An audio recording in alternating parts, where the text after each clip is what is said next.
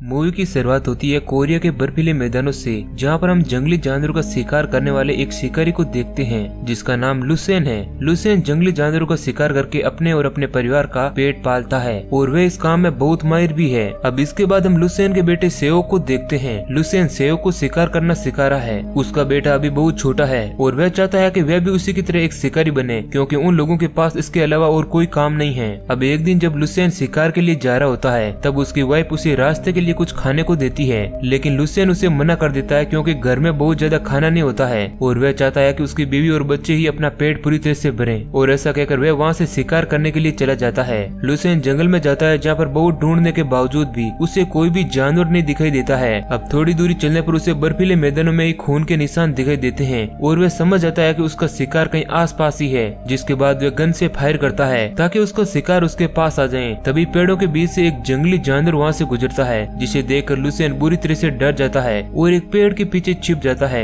तभी हम सुन पाते हैं कि वह जंगली जानवर और कोई नहीं बल्कि एक टाइगर था। अब इसके बाद टाइगर बाहर निकलता है और लुसेन को खत्म करने के लिए आगे बढ़ता है। अब लुसेन भी अपनी गन लेकर पूरी तरह से तैयार था और जैसे ही टाइगर उसके पास आता है, वह उसे अपनी गन से शूट कर देता है और ये सीन यहीं पर कट हो जाता है। इसके बाद हमें कुछ सालों बाद का सीन दिखाया जाता है, जहाँ हम कोरिया के चीफ आर्मी हेडक्वार्टर को देखते हैं। वहाँ पर आर्मी चीफ अपने कैप्टन से बातें कर रहा होता है। तभी वहाँ पर कुछ सोल्जर कुछ संदूकों में टाइगर और कुछ जानवरों की खाल को लेकर आते हैं, जिन्हें देखकर आर्मी चीफ उन पर बहुत गुस्सा होता है और उनसे कहता है कि ये तो सिर्फ छोटे छोटे जानवरों की खालें हैं। दरअसल आर्मी चीफ अपने सोल्जर से जंगली जानवरों का शिकार करवाया करता था ताकि वे उनकी खालों को बड़े बड़े अमीर लोगों को बेच सकें। इसके बाद वे अपने कैप्टन से बातें करते करते उसे डांटने लगता है, क्योंकि उनकी आर्मी की एक टुकड़ी बहुत दिनों से गायब है, जिन्हें ढूंढने के लिए उस कैप्टन ने कुछ भी नहीं किया है। लेकिन वो कैप्टन कहता है कि हमारी टीम पूरी तरह से मेहनत कर रही है। इसके बाद आर्मी चीफ कैप्टन को कहता है कि क्या वह टाइगर किंग का शिकार कर सकता है। दरअसल टाइगर किंग बहुत ही खूंखार और विशाल टाइगर था, जिसकी कीमत मार्केट में बहुत ही ज्यादा थी। इस कारण आर्मी चीफ उस टाइगर किंग का शिकार करने के लिए कहता है। इसके बाद हमें जंगल में मैथ्यू नाम के एक शिकारी को दिखाया जाता है, जो अपने साथी शिकारियों के साथ शिकार करने के लिए जंगल में जा पहुंचा है। अब रास्ते में उनको किसी टाइगर के पैरों के निशान नजर आते हैं, जो गुजरते हुए किसी नदी के पास गए थे। मैथ्यू अपने सारे साथियों को कहता है कि उन्हें उस टाइगर का वेट करने के लिए यहीं पर टेंट लगाना होगा। अब उसके साथी भी उसकी बात को मानकर ऐसा ही करते हैं। इधर हम उसी कैप्टन को देख पाते हैं और उसी के पास लुसेन भी बैठा हुआ है, जो कि अब बुढ़ा हो चुका है। कैप्टन उसे टाइगर किंग का शिकार करने के लिए कहता है, लेकिन लुसेन उसे मना कर देता है, क्योंकि उसने बहुत पहले ही शिकार करना छोड़ दिया था। और वह कैप्टन को भी वार्न करता है कि वह टाइगर किंग का शिकार करने का सपना छोड़ दें, क्योंकि वह बहुत ही खतरनाक है। लेकिन कैप्टन उसकी बात को नहीं मानता है। लुसेन उसे बार बार मना करता है कि वह शिकार नहीं करेगा और ऐसा कहकर वह वहाँ से बाहर आ जाता है, जहाँ पर उसका बेटा सेओक उसका इंतजार कर रहा था, जो अब बड़ा हो चुका है। वह अपने फादर को कहता है कि उसे भी उन लोगों की तरह शिकार करना चाहिए, लेकिन लुसेन उसे मना करता है और वे लोग वहाँ से चले जाते हैं। इसके बाद हम मैथ्यू और उसके साथियों को देखते हैं, जिन्होंने एक लेडी टाइगर को बांध कर रखा हुआ है, जो कि बहुत ही ज्यादा घायल है। और वहीं पर उसके दो छोटे छोटे टाइगर बच्चे भी मौजूद है, जिन्हें मैथ्यू ने खत्म कर दिया है। अब वो लेडी टाइगर मैथ्यू पर अटैक करने की कोशिश करती है, लेकिन घायल होने के कारण वे ऐसा नहीं कर पाती है। इसके बाद मैथ्यू उसे अपनी गन से शूट कर देता है। दरअसल उन लोगों ने टाइगर किंग के लिए ही ये जाल बिछाया था, लेकिन टाइगर किंग वहाँ पर आता ही नहीं है। इसके बाद हम देखते हैं कि मैथ्यू और उसके साथी आर्मी कैंप के अंदर पहुंच चुके हैं, जहां उनके द्वारा किए गए शिकारों को वहीं पर रखा गया है और कुछ सोल्जर उनके साथ फोटो भी क्लिक करवा रहे हैं। वहीं हम मैथ्यू को देख पाते हैं, जो कैप्टन के पास आता है, जहां पर कैप्टन उसे टाइगर किंग का शिकार करने के लिए कहता है।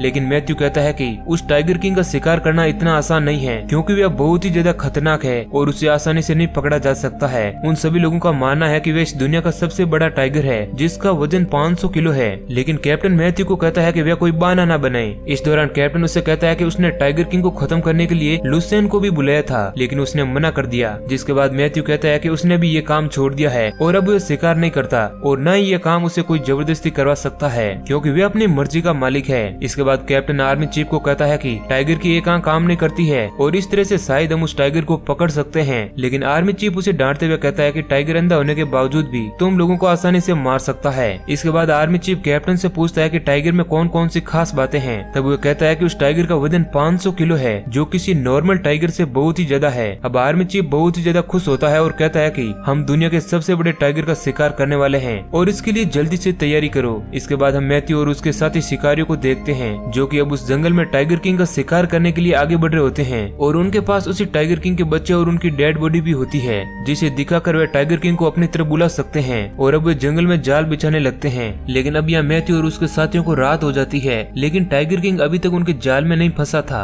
अब वे लोग उसी का इंतजार कर रहे होते हैं। तभी हम एक शिकारी को बात करते हुए सुनते हैं जो अपने साथियों को कहता है कि मैथ्यू और उसके भाई का सामना टाइगर किंग से पहले भी हो चुका है। इस दौरान मैथ्यू का भाई उस टाइगर किंग का शिकार हो गया था, लेकिन तभी अचानक से मैथ्यू उन सभी को चुप करवाता है क्योंकि उसे लगता है कि शायद टाइगर किंग उनके जाल में फंस चुका है। अब सभी लोग वहाँ से भागते हुए जाल की तरफ जाते हैं, लेकिन वहाँ पहुँचने पर मैथ्यू और उसके साथी देखते हैं कि वहाँ पर टाइगर किंग नहीं बल्कि एक भेड़िया है और वहाँ से उस टाइगर किंग के बच्चों की डेड बॉडी भी गायब है, यानी कि टाइगर किंग वहाँ आकर उन बॉडीज को ले गया था। अब ये देख मैथ्यू बहुत ही ज्यादा गुस्से में आ जाता है और वे अपने गन से उस भेड़िए को मार डालता है।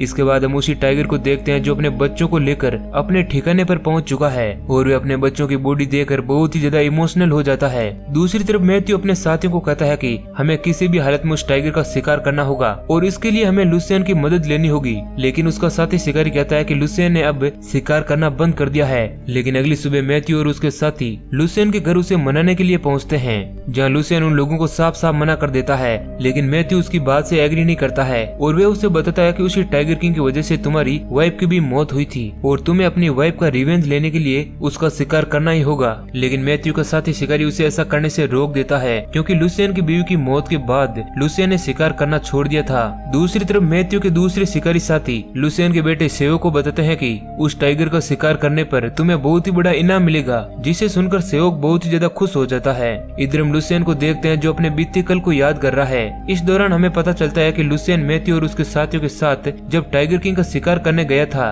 तब वहाँ पर उन सभी को जंगलों में बहुत सारी बॉडी नजर आती है जिनका शिकार टाइगर किंग ने ही किया था। जिसके बाद लुसियन उस टाइगर किंग को मारने के लिए सोचता है क्योंकि उसे बहुत ही ज्यादा गुस्सा आ रहा था। मैथ्यू भी घायल हालत में पड़ा हुआ था जो लुसियन को कहता है कि वह टाइगर तुम्हारे घर की तरफ भाग गया है। अब लुसियन अपने परिवार को बचाने के लिए आगे बढ़ता है, जहाँ रास्ते में उसे झाड़ी में कोई नजर आता है और उसे लगता है कि वह टाइगर है और वह उसे गन से शूट कर देता है। लेकिन हम दूसरी तरफ टाइगर को देखते हैं जो लुसियन को देख रहा होता है और हम समझ पाते हैं कि लुसियन की वह गोली टाइगर को नहीं लगी थी, दरअसल वह गोली लुसियन की बीवी को ही जाकर लगी थी, जिस कारण उसकी मौत हो गई थी। और यही कारण था कि लुसियन ने शिकार करना छोड़ दिया था क्योंकि शिकार के कारण उसकी बीवी उसी के हाथों मारी गई थी। इसके बाद हम लुसियन और उसके बेटे सेओ को देखते हैं। सेओ अपने फादर को शिकार करने के लिए मना रहा होता है, लेकिन लुसियन ऐसा करने से मना कर देता है, जिसके बाद सेओ को बहुत ही गुस्सा आता है और वह उसे कहता है कि वह इस तरह की जिंदगी नहीं गुजारना चाहता है क्योंकि उनके पास खाने पीने की ज्यादा चीजें भी नहीं है। अब उसकी ये बात सुनकर लुसियन उसे एक जोरदार तमाचा मारता है, जिस कारण गुस्सा होकर सेओ वहाँ से भाग जाता है और वे सीधा कैप्टन के पास पहुँचता है,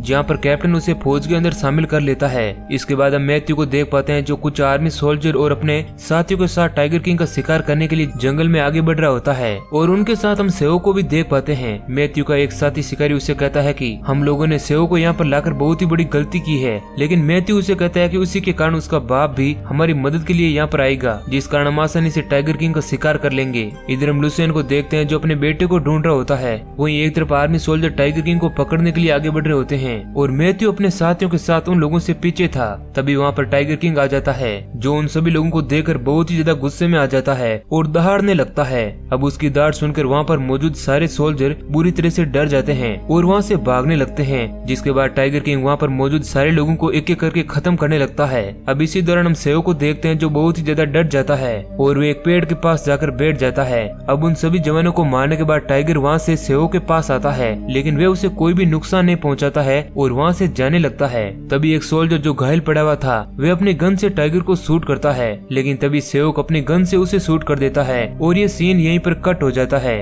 अब इसके बाद गन की आवाज सुनकर मैथ्यू और उसके साथी भी उन्हीं लोगों की तरफ आगे आते हैं, जहाँ पर वे लोग देखते हैं कि सेओ घायल है, जिसे देखकर वे लोग इमोशनल हो जाते हैं और उन सभी लोगों को टाइगर के ऊपर बहुत ही गुस्सा आता है और वे उसे ढूंढने के लिए वहाँ से चले जाते हैं। अब कुछ देर टाइगर किंग को ढूंढने के बाद भी वे उन लोगों को कहीं पर भी नहीं मिलता है। इस कारण मैथ्यू और उसके साथी वापस सेओ को ढूंढने के लिए वहाँ आते हैं, जहाँ पर वे लोग देखते हैं कि कुछ भेड़िए वहाँ पर पड़ी बॉडीज को खा रहे हैं, लेकिन उनको सेओ कहीं पर भी नहीं मिलता है। अब इसके बाद एक साथी शिकारी मैथ्यू पर बहुत गुस्सा करता है क्योंकि उसी की वजह से सेओ की जान खतरे में पड़ चुकी थी।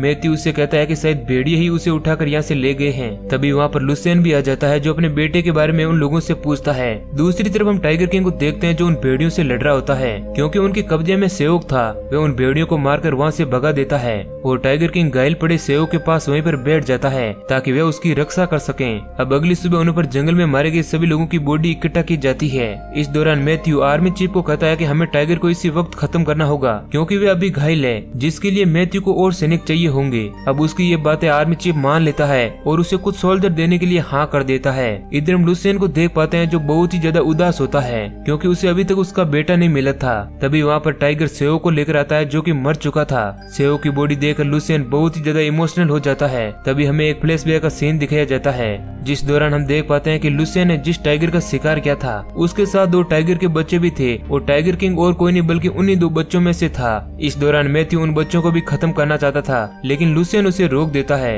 और उन बच्चों को एक गुफा के पास छोड़ देता है और उन्हें खाने के लिए भी देता है। अब इस दौरान टाइगर के वे दोनों बच्चे लुसियन की दरियादिली को देखकर इम्प्रेस हो जाते हैं और यही कारण था कि टाइगर किंग बड़ा होने के बावजूद भी लुसियन के बच्चों को प्रोटेक्ट करने की कोशिश कर रहा था। अब हम देखते हैं कि टाइगर वहाँ से चला जाता है और लुसियन अपने बेटे सेओ की बॉडी को देखकर रोने लगता है और टाइगर भी अपने बेटे की बॉडी के पास चला जाता है। अब अगली सुबह हमें कुछ आर्मी सोल्जर को दिखाया जाता है जिन्हें टाइगर किंग को पकड़ने के लिए बुलाया गया था और अब सभी सोल्जर जंगल में जगह जगह पर ब्लास्ट करते हैं जिस कारण पूरा जंगल तहस नहस हो जाता है। अब इसी दौरान हम टाइगर को देख पाते हैं जो जंगल नष्ट होने के कारण बहुत ही ज्यादा गुस्से में है और वे उन सभी सोल्जर पर हमला कर देता है। इस दौरान वे सभी सैनिक बहुत ही ज्यादा डर जाते हैं और टाइगर किंग एक एक करके सभी को खत्म करने लगता है और थोड़ी देर बाद वे वहाँ से गायब हो जाता है। तभी पेड़ के ऊपर से एक बॉडी आकर नीचे गिरती है और अब टाइगर किंग भी उन लोगों के पास आकर गिरता है जिसके बाद वहाँ पर मौजूद सारे सोल्जर उस पर गोलियों की बौछार कर देते हैं जिस कारण टाइगर किंग घायल हो जाता है। लेकिन घायल होने के बावजूद भी वे उन सभी सोल्जर को बड़ी ही बेरहमी से खत्म कर देता है।